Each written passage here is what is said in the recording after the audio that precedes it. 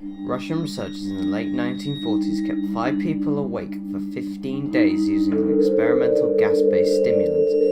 They were kept in a sealed environment to carefully monitor their oxygen intake so the gas didn't kill them, since it was toxic in high concentrations. This was before closed-circuit cameras, so they had only microphones and 5-inch thick glass porthole-sized windows into the chamber to monitor them. The chamber was stocked with books, cots to sleep on, but no bedding, running water and a toilet, and enough dry food to last all 5 for over a month. The test subjects were political prisoners deemed enemies of the state during World War II. Everything was fine for the first 5 days. Subjects hardly complained, having been promised falsely that they would be freed if they submitted to the test and did not fall asleep for 30 days. Their conversations and activities were monitored. It was noted that they continued to talk about increasingly traumatic incidents in their past, and the general tone of their conversations took a dark aspect after the day 4 mark. After 5 days, they started to complain about the circumstances and events that led them to where they were. They started to demonstrate severe paranoia. They stopped talking to each other and began alternately whispering into the microphones and one-way mirrored portholes.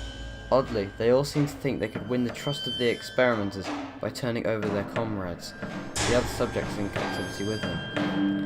At first, the researchers suspected it was an effect of the gas itself. After 9 days, the first of them started screaming. He ran the length of the chamber, repeatedly yelling at the top of his lungs for 3 hours straight.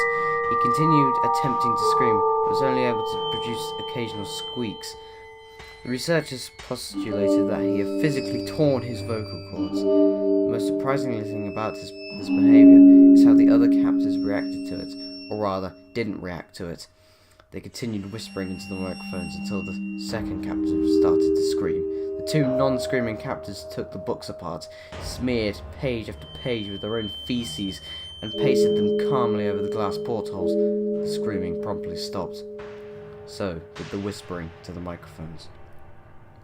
After 3 more days passed, the researchers checked the microphones hourly to make sure they were working, since they thought it was impossible that no sound could be coming with the 5 people inside. The oxygen consumption in the chamber indicated that all 5 must still be alive. In fact, the amount of oxygen 5 people would consume at a very heavy level of strenuous exercise. On the morning of 14th day, the researchers did something they said they would not do to get the reaction from the captives.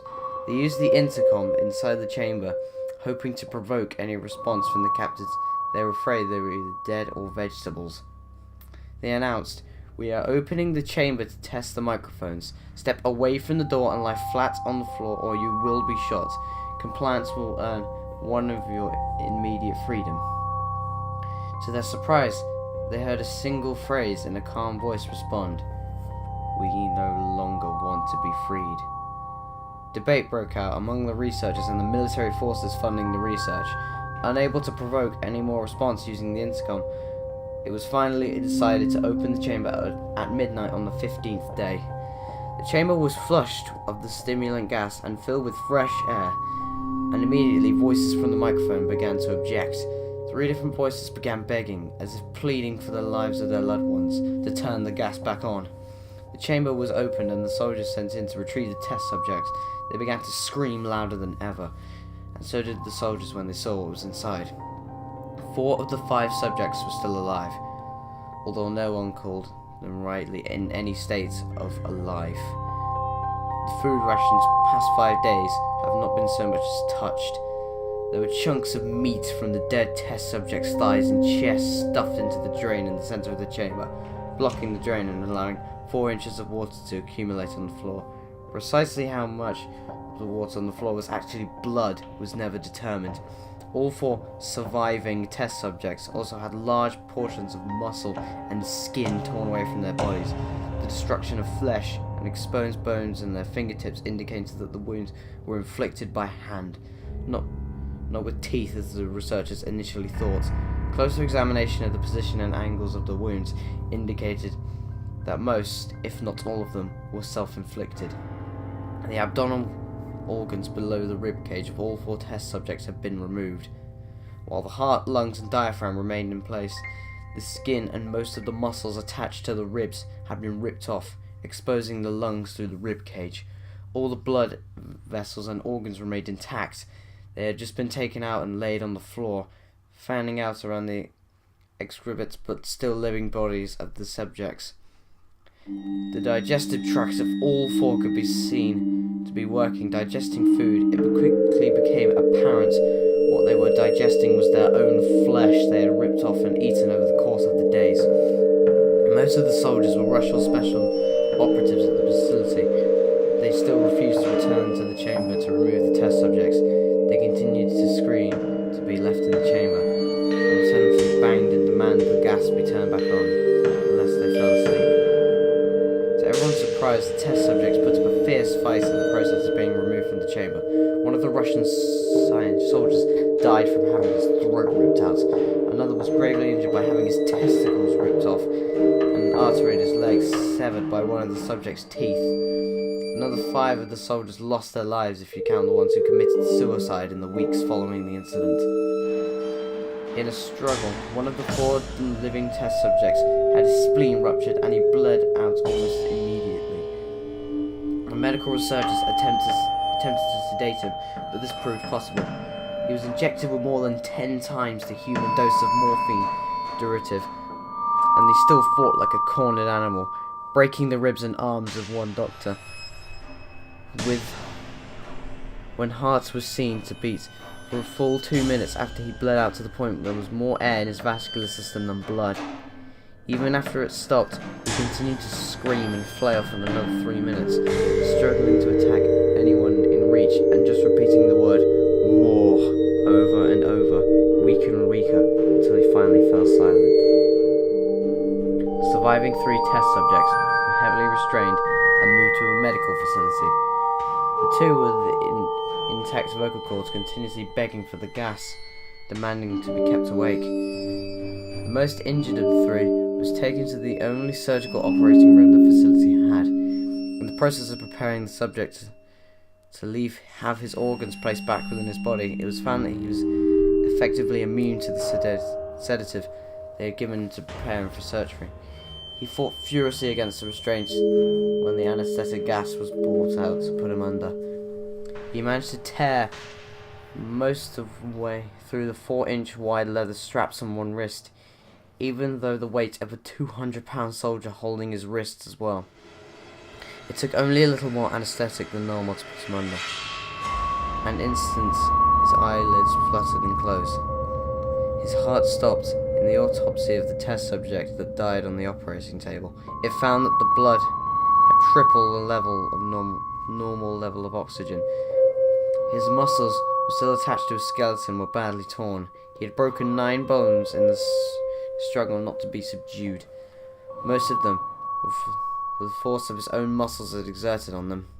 The second survivor had been the first of the group of 5 to start screaming. His vocal cords destroyed, he was unable to beg or object to surgery. He only reacted by shaking his head violently in disapproval when the anesthetic gas was brought near him. He shook his head yes when someone suggested, reluctantly, to try the surgery without the anesthetic, and did not react for the entire 6-hour procedure of replacing his abdominal organs and attempting to cover them with what remained of his skin. The surgeon presided, stating repeatedly it should not be medically possible for this patient to still be alive. One terrified nurse assisted the surgery stated that she had never seen the patient's mouth curl into a smile several times when his eyes met her. When the surgery ended, the subject looked at the surgeon and began wheezing loudly, attempting to talk while struggling. Assuming this must have been kept some drastic importance, the surgeon had a pen and pad, fetched the paper so he could write his message. It was simple: keep cutting. The 2 other test subjects were given surgery, both without anesthetic as well. Although they had been injected with a paralytic for the duration of the operation, the surgeon found it impossible to perform the operation while the patients laughed continuously. Once paralyzed, the subjects could only follow their attendant researchers with their eyes. Paralytic cleared the system in an normally short period of time, and they were soon trying to escape their bonds. The moment they could speak, they were again asking for the stimulant gas. The researcher tried asking why they had injured themselves, why they had ripped out their own guts, and why they wanted to be given the gas again. Only one response was given: I must remain awake. All 3 subjects' restraints were reinforced and they placed back in the chamber, awaiting determination as to what should be done with them. The researchers, facing the wrath of their military benefactors for having failed and stated the goals of their project, and considered anesthetising the surviving subjects, the commanding officer, an ex-KGB, instead saw potential and wanted to see what would happen if they were put back on the gas. The researchers strongly objected, but they were overruled. In preparation for being sealed in the chamber again, the subjects were connected to an EEG monitor and had their restraints padded for long-term confinement.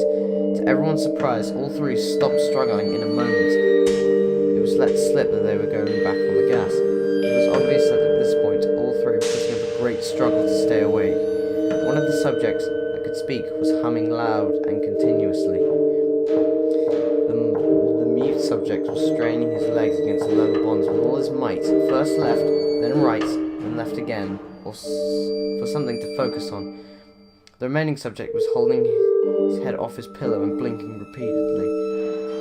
Having been the first to be wired for the EEG, most of the researchers were monitoring his brainwaves in surprise.